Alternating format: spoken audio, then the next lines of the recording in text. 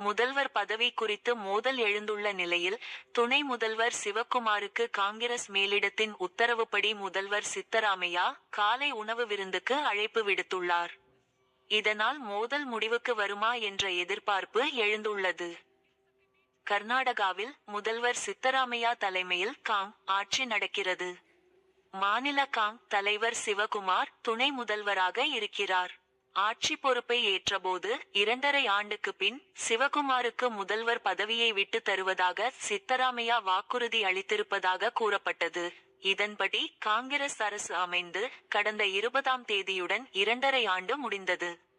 முதல்வர் பதவிக்கு காய் நகர்த்திய சிவகுமார் 20ஆம் தேதி இரவு தன் ஆதரவு எம்எல்ஏ-கள் சிலரை மேலிட தலைவர்களை சந்திக்க டில்லிக்கு அனுப்பி வைத்தார்.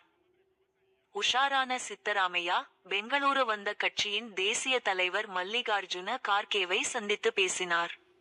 சித்தராமையா சிவகுமார் இருவருமே முதல்வர் பதவிக்கு முரண்டு பிடிப்பதால் பிரச்சனையை ராகுலிடம் தள்ளிவிட கார்கே முடிவு செய்தார்.